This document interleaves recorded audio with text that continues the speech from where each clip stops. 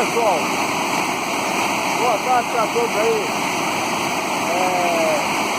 Curtir a vida, pedalar, não é só correr não. Pedalar é parar, curtir a natureza, parar para conversar história, uma coisa, outra, olhar as águas, o canto dos pássaros, a vida é assim. Pare. Vai. Aí galera, o bom da vida é isso, ó. Caminhar, curtir, pedalar.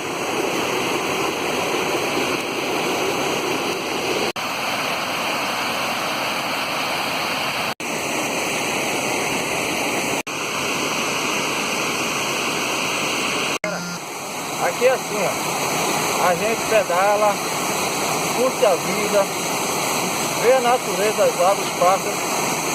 Isso pode ser chuva, sol, lama, mas a gente também para, senta e conversa.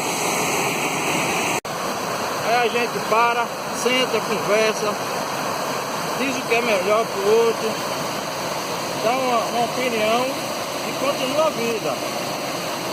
Pedindo para Deus abençoar a nossa vida com saúde. Isso é, em primeiro lugar, a amizade de Jesus e a família.